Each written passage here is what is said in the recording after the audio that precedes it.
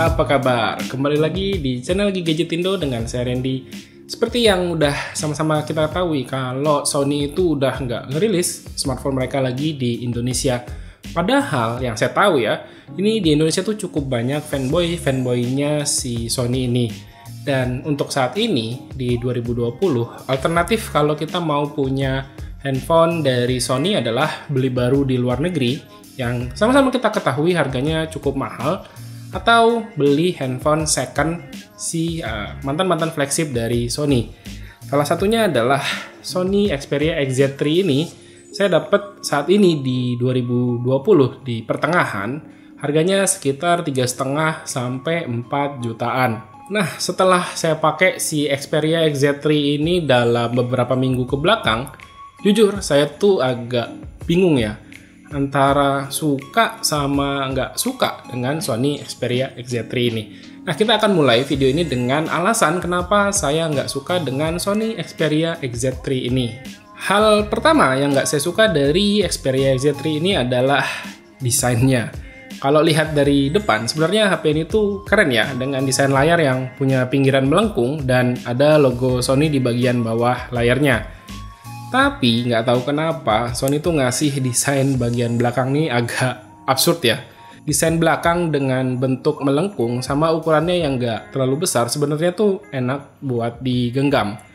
Tapi penempatan si sensor fingerprint yang ke bawah banget ini bikin nggak nyaman banget saat dipakai. Kalau kata saya, bagian belakangnya ini ngingetin saya kayak susu bantal real good. Dan saat kita pertama kali pakai HP ini, buat buka tuh otomatis tangan itu langsung ke arah kamera, bukan ke bagian fingerprint scannernya. Dan untuk saya pribadi, saya cukup susah untuk suka dengan desain bagian belakang dari Sony Xperia XZ3 ini. Hal berikut yang saya nggak suka dari Sony ini adalah masalah pelit-nya Sony dengan spesifikasi. HP ini tuh dirilis sekitar tahun 2018, yang mana kompetitor lain udah ngasih RAM sama internal memori yang gede-gede. Ya minimal 128 GB lah. Sayangnya untuk HP kelas flagship, Xperia XZ3 ini cuma punya pilihan RAM 4 atau 6 GB dengan kapasitas internal memori mentok cuma sampai 64 GB doang. Buat saya pribadi, 64 GB tuh paling banter sekitar 4 sampai 6 bulanan udah bakal penuh. Nah, tapi untungnya Sony masih ngasih sedikit keleluasaan karena masih ada slot micro SD di Sony Xperia XZ3 ini. Hal ketiga yang saya nggak suka dari Xperia XZ3 ini adalah absennya jack audio 3,5 mm. Seperti yang sama-sama kita ketahui, kalau Sony itu bukan tipe brand yang suka ikut-ikutan tren ya, karena memang Sony biasanya punya ciri khas sendiri. Tapi nggak tahu kenapa di Xperia XZ3 ini Sony ikut-ikutan tren ngilangin jack audio 3,5 mm. Buat saya pribadi, earphone TWS itu kepake, cuman kalau saya lagi di kantor aja. Emang lebih simple sih kalau pakai earphone TWS. Tapi kalau udah di rumah, saya lebih milih pakai earphone kabel, karena menurut saya lebih nyaman, terutama bisa bener-bener bebas delay saat kita dengerin musik atau juga pas bermain game. Hal terakhir yang nggak saya suka dari Sony Xperia XZ3 ini adalah kapasitas baterainya. Sebenarnya kan jack audio 3,5 mm tuh udah nggak ada ya di HP ini. Harapannya sih harusnya kapasitas baterainya tuh lebih gede. HP ini cuman punya baterai sebesar 3300 mAh aja, yang mana itu kurang banget buat saya dipakai sehari-hari. Saat dipakai seharian itu sekitar sore menjelang malam udah harus ngecas lagi. Dengan rata-rata screen on time yang didapat itu sekitar 4 sampai 5 jam aja. Nah, itu dia tadi 4 alasan kenapa saya nggak suka Sony Xperia XZ3 ini. Tapi itu semua sifatnya personal ya. Kalian bisa setuju, bisa enggak. Kalau kalian nggak setuju, mungkin ada pendapat lain, silahkan tulis aja di kolom komentar di bawah. Dan berikutnya saya akan jelasin kenapa saya suka dengan Sony Xperia XZ3 ini. Yang pertama, jelas kita bakal dapetin performa yang cukup oke. Dengan Snapdragon 845, kita bakal dapetin performa yang cukup ngebut, meskipun ini udah tahun 2020.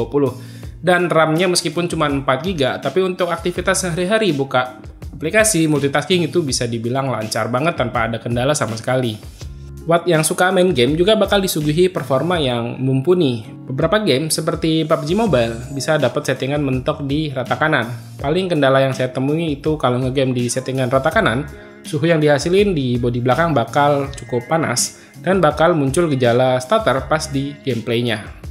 Solusinya sebenarnya turunin dikit aja settingan grafiknya supaya FPS-nya tuh stabil dan nggak ngedrop-ngedrop. Apalagi ngegame di layar Xperia XZ3 ini, nyaman banget. Nah, ngomong-ngomong soal layar dari Xperia XZ3 ini bener-bener bagus banget. Di harga 3,5 sampai 4 jutaan, kalian nggak bakal nemuin handphone dengan layar sebagus ini. Bener deh, sebagus ini. Layar di Xperia XZ3 ini super tajam banget karena pakai layar dengan resolusi 2K dipadukan dengan kualitas panel OLED yang oke punya. Reproduksi warnanya ini saya suka banget. Selain itu, karena layarnya yang melengkung, Sony ngasih fitur yang namanya Side Sense yang fungsinya tuh ngasih shortcut ke aplikasi-aplikasi yang sering kita gunain.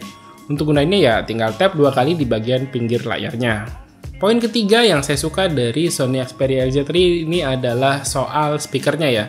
Sony Xperia XZ3 ini menggunakan dual front facing speaker yang mana hasil keluaran suaranya tuh oke banget, cukup ngebass dan juga cukup berisi. Posisi speakernya ini yang satu ada di bawah dan yang satunya lagi tuh ada di atas nyatu dengan earpiece. Dengan konfigurasi seperti ini bakal enak banget saat kita pakai multimedia karena suaranya tuh langsung ngarah ke arah user yang sedang menggunakannya. Yo, selanjutnya yang bakal dibahas adalah soal kameranya. Ini termasuk hal yang bikin saya dilema ya. Mau taruh hal ini tuh di poin yang disukai atau nggak disukai. Hasil foto di Xperia XZ3 ini sebenarnya lumayan bagus dengan dynamic range yang cukup oke.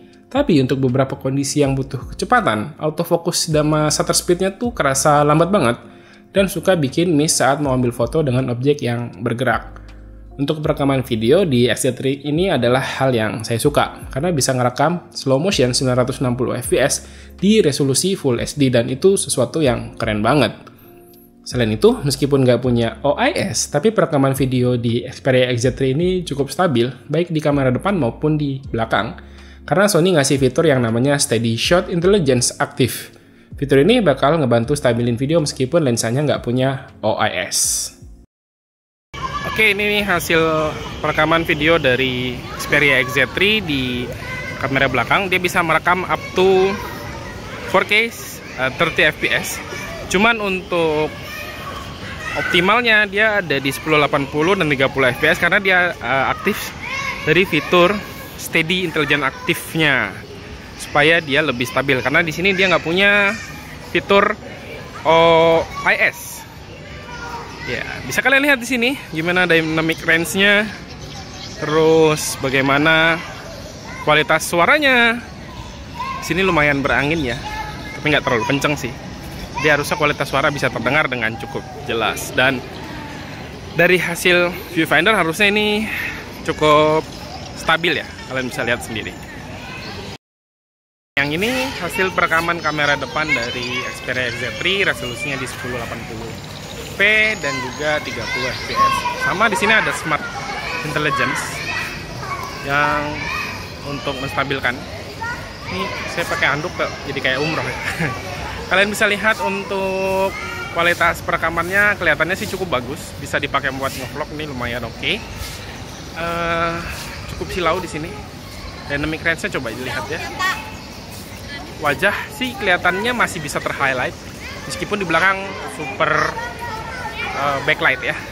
Ini untuk bagian depannya dia perpindahan dari backlight ke yang normal dia cukup smooth ya, nggak terlalu berubah drastis gitu. Dan ya bisa kalian nilai untuk kualitas suara dan juga perekamannya.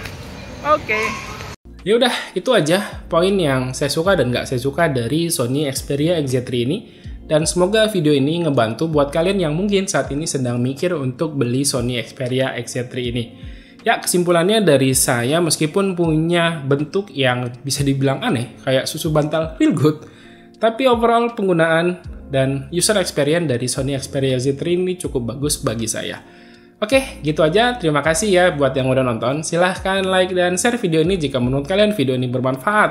Dan ini pamit, sampai jumpa di video berikutnya. Yuk, bye-bye.